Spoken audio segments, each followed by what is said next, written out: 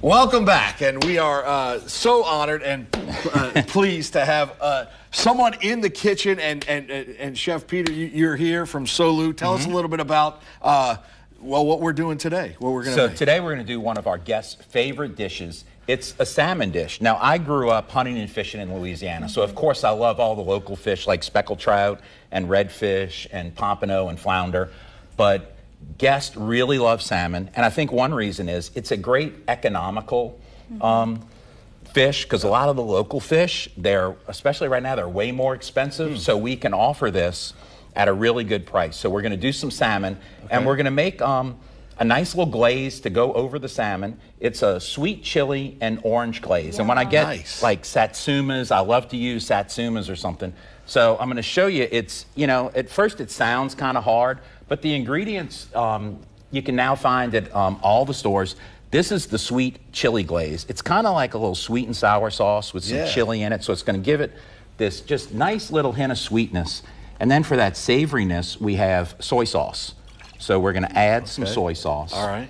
Now, I work in a restaurant, so it's hard for me to make these in like little small portions. Well, I'm taking mental notes so that, I can take this back and try to impress my wife. Well, great. So then we have some orange juice. Like I said, if you have satsuma juice. Yeah. So the next thing we're going to add is some zest. Okay. But, a lot of times people don't know what to do with zest.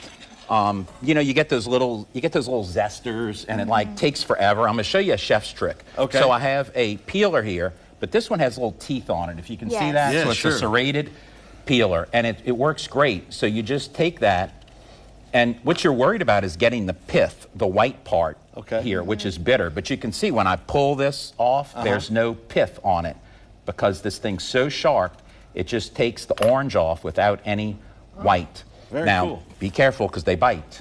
So it will take some skin off. Yeah, skin off too, yeah. But then once you have this, you can just take your knife, and now I just go across one way and make some slices like that. So now I have like a little julienne of that peel, and I just give it a quarter turn, and I come back across it this way. And you can see now we can get any size zest we want. And it works with, any citrus or anything like that. Okay. And so that's how I like to do the zest. And you can, if you had to have that little peeler, that'd take you 10 minutes to get that much zest, and we did it right away. It smells so good already. So we're going to add a little bit of that orange zest. And once you start to cook it, it softens up, and we're going to blend it all after a while. So here's a little sesame oil. So I had a little toasted sesame oil in there. And next we're going to add some ginger. And again, when I do a lot of cooking classes, and I love talking about cooking and teaching people about cooking, and people are they're like, oh, I don't know a lot about ginger. Yeah. And the peeling gets to be kind of hard. The trick is just take a spoon, and if you take a spoon and just rub it, that skin just comes right off and makes peeling ginger like so easy. And then once it's peeled, we can just kind of chop it up. But we have some chopped ginger here, and so all those things are going to come together.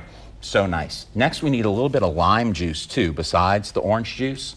And so I love these little gadgets. Right. My wife will tell you how many cooking gadgets I have at home. But this one I think is really worth it. And when these first came out, I'm like, come on, anybody can just squeeze a lemon or lime. But this gets so much juice out, and it keeps the seeds in. Oh yeah. So if you ever see one of these, it really is worth the money. Just pick that up. Okay. And we're going to just squeeze that. So this is basically the sauce. So all we have to do now is let this cook. I also have a little bit of fresh cilantro we're going to put in here. And we're just going to let this simmer, and what chefs say is we're going to let it reduce, because right now it's a little thin, so it's not really a glaze yet. But if we let this cook, what happens is all of the flavors begin to intensify. All right. And it's going to get a little thicker and make a better sauce. Now, to go under the salmon, we're going to do this little hash.